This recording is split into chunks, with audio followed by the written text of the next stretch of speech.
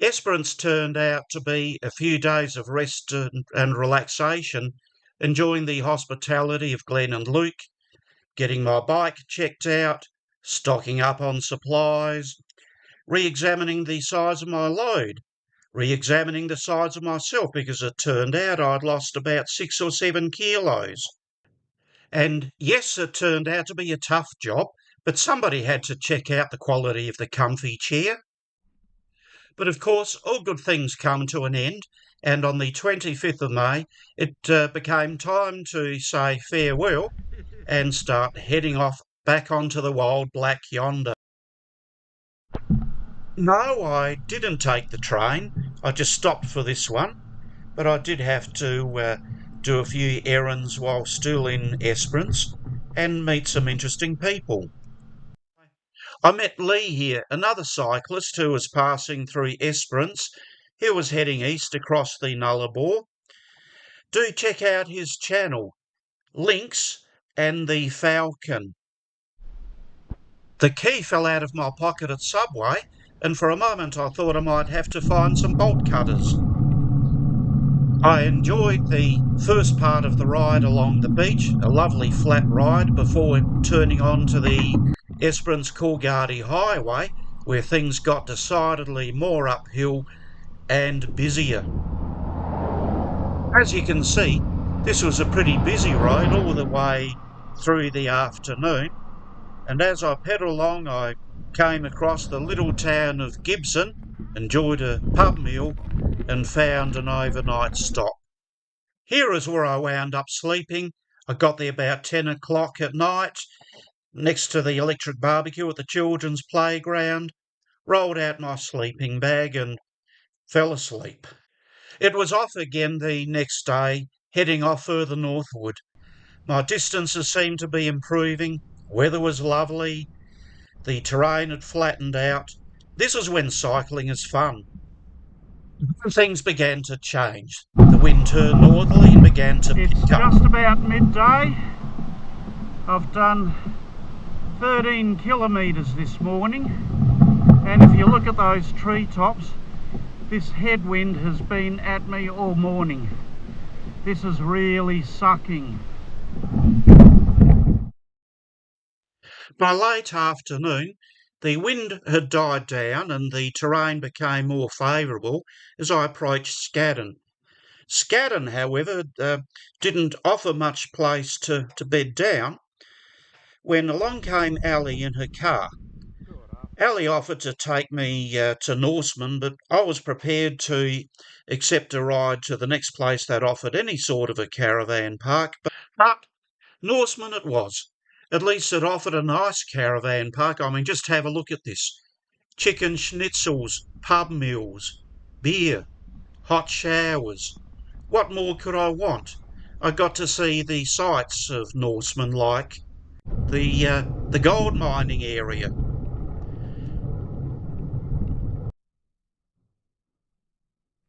Beacon Hill Lookout.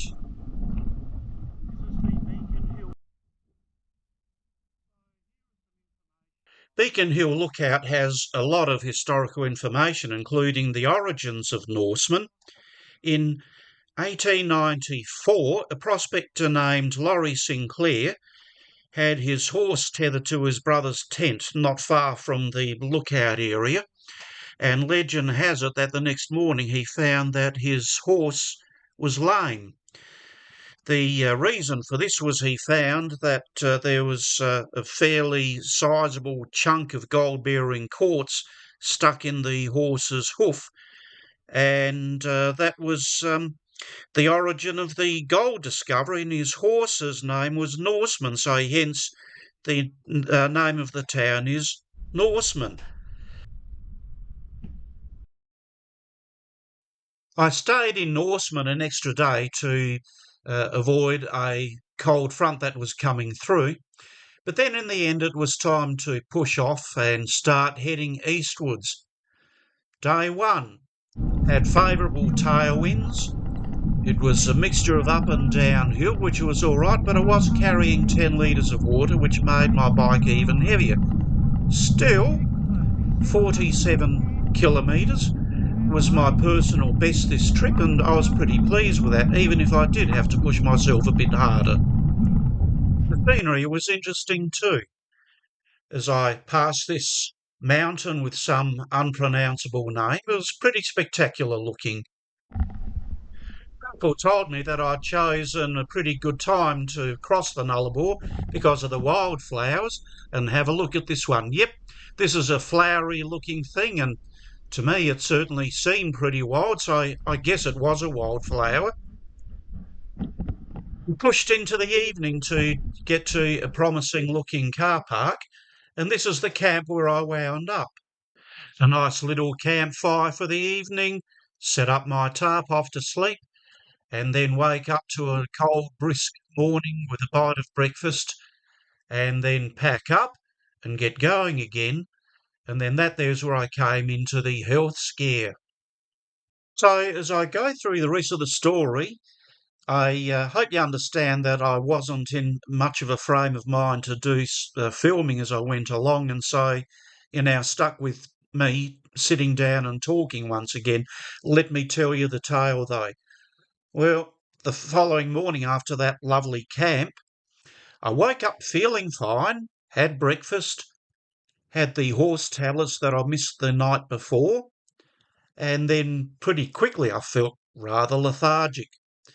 At first I thought, well, I had just overdone it the day before, and I'm feeling the effects in my legs, and push on a bit and see how I feel. Where in the end, I did a few kilometres. If I was walking, I could feel some dizzy spells.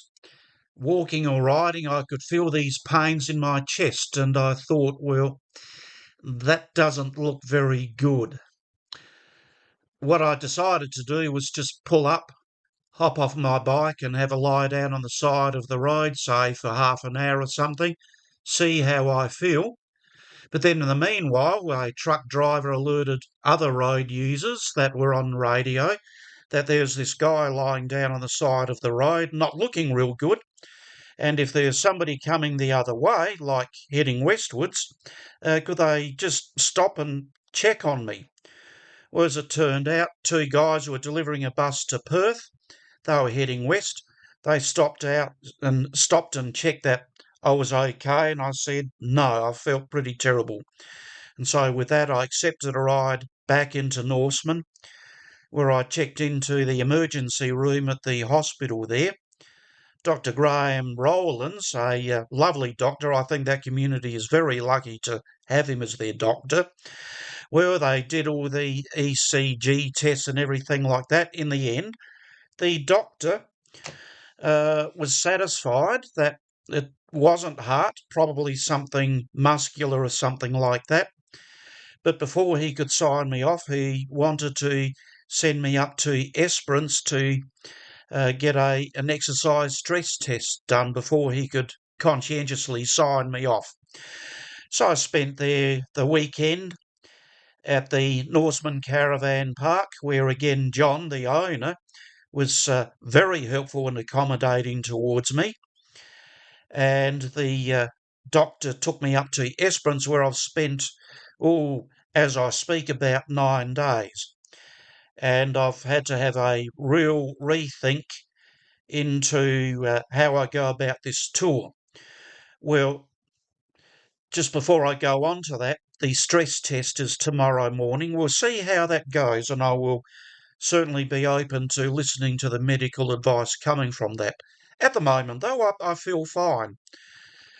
Now, as far as future plans, well, Wednesday, in a couple of days' time, I have booked a flight to Adelaide, so I'll be staying with my brother Jurgen over there in Adelaide, and I'll do some shorter rides, including the ones that I originally set out to do, and then as winter has worn off and we get into some of the longer days and slightly warmer weather, then I am looking at doing the Nullabor back over to Albany.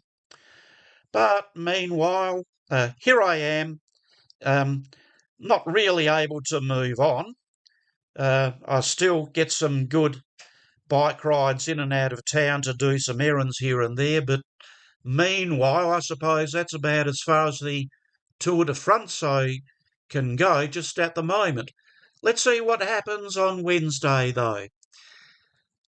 So that's the story, and I expect it was probably nothing, but if it had been something and I'm out in the middle of nowhere where help is hard to come by, then I think I could really have been in trouble. So I think going back to Norseman and then spending this time up in Esperance has been probably the wiser decision. Meanwhile, it's got to work out how to pay for all this. So just a friendly reminder, if you've enjoyed this video, well, do click like and subscribe and all that sort of stuff and share. And if you care to help support the production of these videos, there is the link below to the Shout Me a Beer campaign, and your help would be greatly appreciated. Meanwhile, let's catch up again as we head off to Adelaide. Bye, Franzo.